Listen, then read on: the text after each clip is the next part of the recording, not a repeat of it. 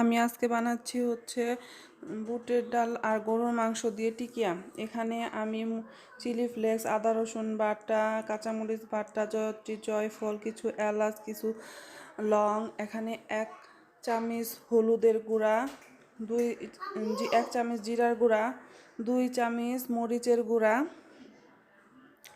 1 চামচ লবণ। আমি আমার ডালের পরিমাণ বুঝে লবণটা দিয়েছি, আপনারা আপনাদের পরিমাণ বুঝে লবণটা দিয়ে দিবেন।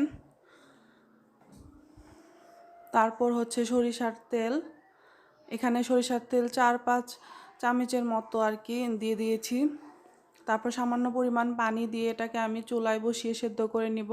পানিটা অতিরিক্ত পরিমাণে দেবেন না। আমি বুটের ডালটাকে যেহেতু ভিজিয়ে রেখেছিলাম সেজন্য আমার তেমন পানি দরকার হয়নি। এটাকে শুকনা করে সেদ্ধ করে নেওয়ার পরে আপনার বুটের ডালটাকে আমি ব্লেন্ডারে পিষে নিয়েছি এবং রান্না করা গরুর মাংসকেও ব্লেন্ডারে পিষে নিয়েছি। এখন বেরেস্তা, ডিম এবং বুটের ডাল, মাংস একসঙ্গে ভালো করে মিশিয়ে নিব।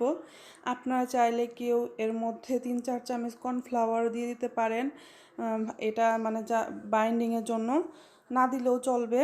এখন আমি আমার হাতে সামান্য পরিমাণে তেল মেখে নিয়েছি। এখন ছোট ছোট বলের মতো নিয়ে এটাকে চেপে চেপে চেপে শেপ দিতে হবে।